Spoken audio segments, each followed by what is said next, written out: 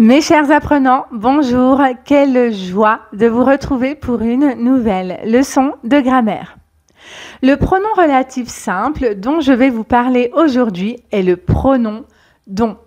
En fait, il y a 4 pronoms relatifs simples. On a le pronom qui, le pronom ou, le pronom que et le pronom dont. Le pronom relatif qui reprend un sujet. Par exemple, la fille joue dehors, la fille c'est ma nièce. Ici, si on ne veut pas répéter 2 fois la fille, on va utiliser le pronom relatif qui et on va dire la fille qui joue dehors, c'est ma nièce. Ensuite, on a le pronom relatif où.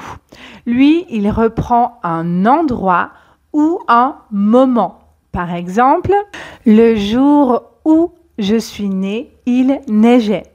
D'accord? Donc le où peut reprendre un moment, comme ici, le jour, l'année, le mois, etc. ou un lieu. Ensuite, on a le pronom relatif que qui reprend un complément d'objet direct. Par exemple, le chanteur que j'écoute en boucle s'appelle Slimane. Le chanteur que j'écoute en boucle, donc en boucle ça veut dire non-stop, comme ça, un cercle en boucle. Le chanteur que j'écoute en boucle s'appelle Slimane.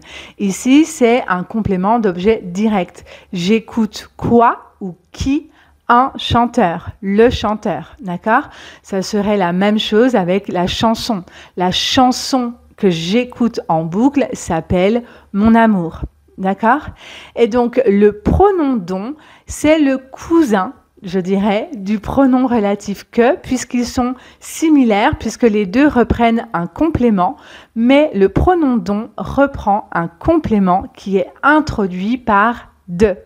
Par exemple, le chanteur dont je parle s'appelle Slimane. Le chanteur dont je parle s'appelle Slimane. Ici, j'utilise dont parce que la structure du verbe est composée de de. C'est parler de. D'accord? Donc, c'est pour cette raison, tout simplement, qu'on ne dit pas le chanteur que je parle, mais le chanteur dont je parle, parce que le complément est introduit par de. Parler de ce chanteur. Ça va?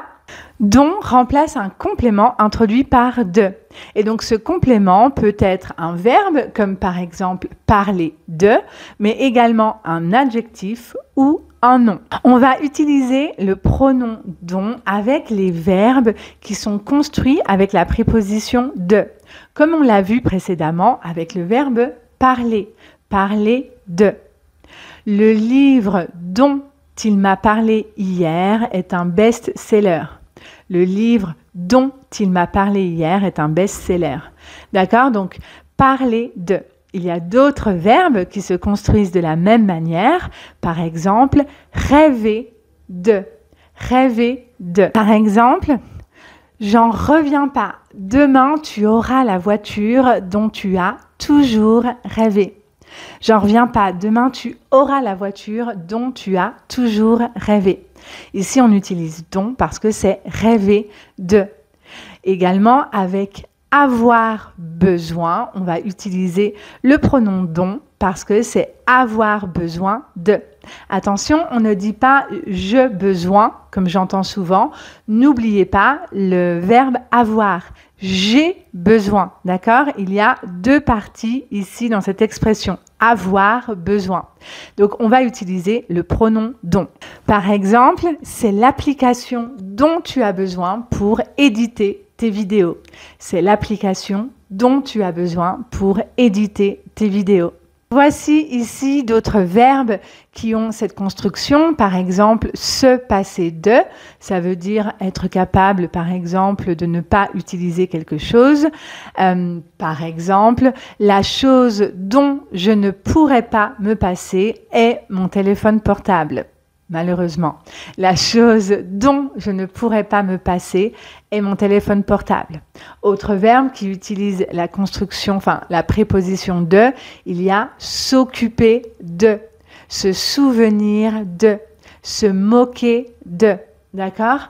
Donc, je vous recommande vraiment, quand vous apprenez de nouveaux verbes, apprenez la construction de ce verbe.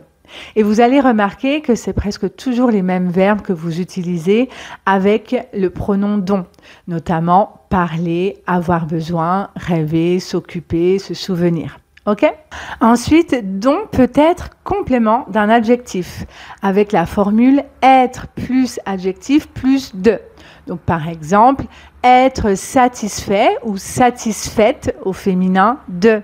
Être content, contente de. Être fier de. Et donc, avec ces constructions-là, on va utiliser le pronom dont. Par exemple, c'est l'achat dont je suis la plus satisfaite. C'est l'achat dont je suis la plus satisfaite. Parce que c'est être satisfaite de. C'est le travail dont il est le plus fier. C'est le travail dont il est le plus fier. Donc, vous l'aurez compris, la construction, c'est être fier de. La nana dont il est amoureux habite à l'étranger. La nana, donc vous vous rappelez, la nana, cela signifie la fille ou la femme dans un langage familier. Je vous mets la vidéo sur le langage familier juste ici. Donc, la nana dont il est amoureux habite à l'étranger. Donc, en français, on dit être amoureux au masculin ou être amoureuse au féminin de. On utilise la préposition de. Enfin, dont peut être un complément de nom. Par exemple, la société dont le chiffre d'affaires a brusquement baissé est américaine. La société dont le chiffre d'affaires a brusquement baissé est américaine. Ici, c'est le chiffre d'affaires de la société. Il y a la préposition de. C'est pour cette raison qu'on utilise dont.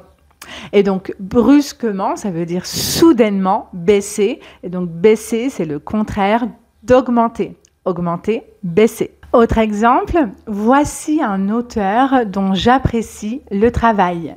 Voici un auteur dont j'apprécie le travail. Ici, c'est le travail de l'auteur. C'est pour cette raison qu'on utilise le pronom dont. Pour terminer avec l'utilisation du pronom dont, on peut l'utiliser quand on veut se référer à une partie qui appartient à un ensemble. Par exemple, il y a 10 élèves dont 4 sont indiens. Il y a 10 élèves dont 4 sont indiens. Donc ça veut dire que sur les 10 élèves, il y en a 4 qui sont indiens. Et dernière utilisation, ce dont. Par exemple, partir en vacances avec ma famille au soleil, c'est ce dont j'ai besoin en ce moment. Ici, j'utilise pas seulement dont, mais ce dont, parce que le ce reprend toute l'idée qui est exprimée avant, d'accord? Ça reprend partir en vacances avec ma famille, et donc le ce reprend toute cette idée. C'est pour ça que j'utilise ce et pas seulement dont. Et donc, j'utilise le dont parce que c'est avoir besoin de toute cette idée, de tout ce concept. Voilà, on va terminer notre leçon avec un petit exercice. C'est parti. Pour cet exercice, vous devez choisir le pronom relatif simple qui correspond.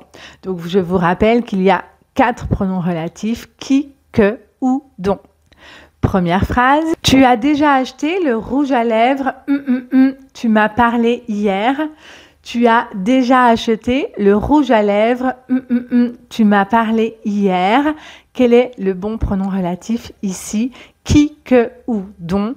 Normalement, vous devez avoir une alarme dans votre cerveau, dans votre tête. Quand vous voyez le verbe parler, vous devez automatiquement penser au pronom dont. Bravo. Tu as déjà acheté le rouge à lèvres dont tu m'as parlé hier. Deuxième phrase. Ce soir, j'ai une pote qui va passer à la maison pour nous montrer les photos elle a prises en voyage. Ce soir, j'ai une pote, donc une amie, j'ai une pote qui va passer à la maison pour nous montrer les photos. Quel pronom relatif ici? Les photos qu'elle a prises en voyage. Bravo, c'est le pronom relatif que, et ici on doit enlever le e et mettre l'apostrophe. Les photos qu'elle a prises en voyage. Numéro 3. Le prof va vous accompagner en voyage scolaire est extraordinaire. Le prof va vous accompagner en voyage scolaire est extraordinaire. Le prof qui va vous accompagner en voyage scolaire est extraordinaire. Bravo. Aix-en-Provence est une petite ville. Tu peux trouver de très belles boutiques. Aix-en-Provence est une petite ville. Tu peux trouver de très belles boutiques. Ici, le pronom relatif simple qui convient est où.